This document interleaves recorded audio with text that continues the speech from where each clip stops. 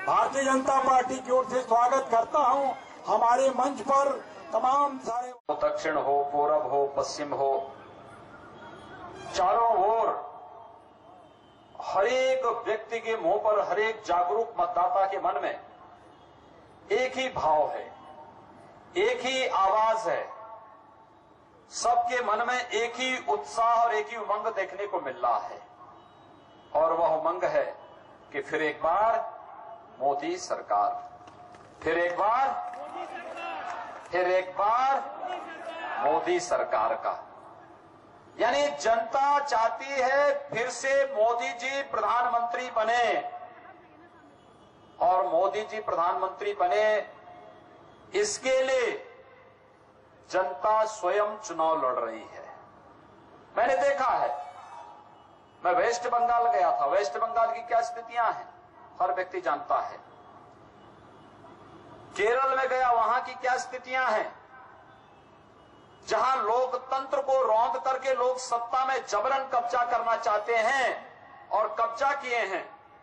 वहां पर भी जनता खुल करके आपके समर्थन में, भारतीय जनता पार्टी के समर्थन में, और मोदी जी को फिर से प्रधानमंत्री बनाने के लिए हर स्तर पर उतर करके भारतीय जनता पार्टी का समर्थन करने को तैयार है। अराजकता और भ्रष्टाचार की जो जननी रही हो, देश के अंदर सुरक्षा के साथ खिलवाड़ करने के जो आदी रहे हो, उन्होंने अपना घोषणा पत्र भी वैसे ही बनाया है। आप देखिए थोड़ा कांग्रेस का घोषणा पत्र, ऐसे लगता है जैसे कांग्रेस का हाथ और देशद्रोहियों का साथ। सीधे सीधे देशद्रोही तत्वों को प्रेरित और प्रोत्साहित करने वाला घोषणा पत्र। और इसी प्रकार से सपा बसपा ये पहले से ही अपने कार्यों और अपने कारनामों के कारण देश और दुनिया की सुर्खियों में रहते हैं। आपने देखा होगा किस किस प्रकार की बातें। समाजवादी पार्टी की सरकार थी, अयोध्या में राम जन्मभूमि पर आतंकी हमला होता है, काशी में संकट मोचन मंदिर पर आतंकी हमला होता है, रामपुर में सीआरपीएफ के कैंप पर हमला होता है, अयोध्या, लखनऊ और वाराणसी की कचहरियों पर हमला होता है, और अयोध्या में राम जन्मभूमि पर आतंकी हमला करने वाला आतंकी तो समाजवादी पार्टी का झंडे का इस्तेमाल भी किया था। और जब भारतीय जनता पार्टी की सरकार आती है तो भारतीय जनता पार्टी की सरकार सबसे पहला काम करती है किसानों के कर्ज माफी का। हमारी सरकार आती है, हम सबसे पहला कार्य करते हैं अवैध बूचड़खानों को बंद करने का।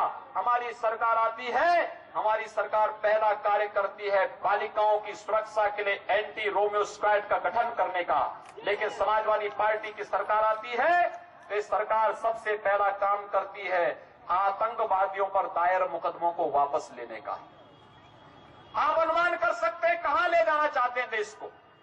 और इसीलिए एक और भारतीय जनता पार्टी मोदी जी के नेतृत्व में पूरे देश के अंदर राष्ट्रवाद और विकास के मुद्दे को लेकर के है, और दूसरी तरफ सपा बसपा और कांग्रेस आतंकवाद नक्सलवाद के समर्थक, विकास विरोधी और भ्रष्टाचार समर्थक, वे सभी राजनीतिक दल जिन्हें भारत की प्रगति अच्छी नहीं लगती, जिन्हें विकास अच्छा नहीं लगता, जिन्हें देश का स्वाभिमान अच्छा नहीं लगता, दूसरी तरफ वे दल हैं जो लोग देश के अंदर योजनाओं का लाभ किसी व्यक्ति, किसी परिवार, किसी मत, किसी मजहब को केंद्र में रख करके बनाते थे।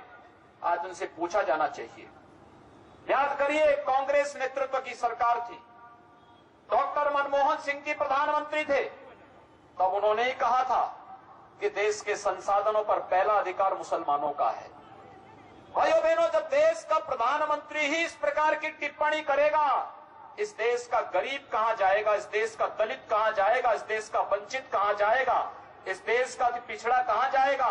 समाज के अंतिम पायदान पर खड़ा हुआ व्यक्ति, जिसको पंडित दीनदयाल उपाध्याय ने अंत्योदय की बात की थी, आखिर अंत्योदय के लिए अपनी प्रतीक्षा कर रहा हो व्यक्ति कहां जाएगा। और इस भाव को सामने रख करके देश के अंदर एक निराशा, हताशा, अलगाववाद की स्थिति, अविश्वास का वातावरण जो देश के अंदर था, इस अविश्वास से उभारने के लिए, इस देश को एक नई उमंग के साथ आगे बढ़ाने के लिए इस देश की जनता ने जब 2013 में मोदी जी को प्रधानमंत्री पद के रूप में स्थापित करने का संकल्प लिया था, 26 मई 2014 को दिन साकार हुआ जब प्रधानमंत्री के रूप में मोदी जी ने शपथ ली थी।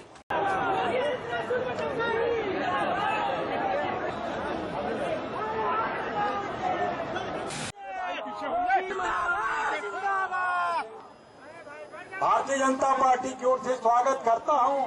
हमारे मंच पर तमाम सारे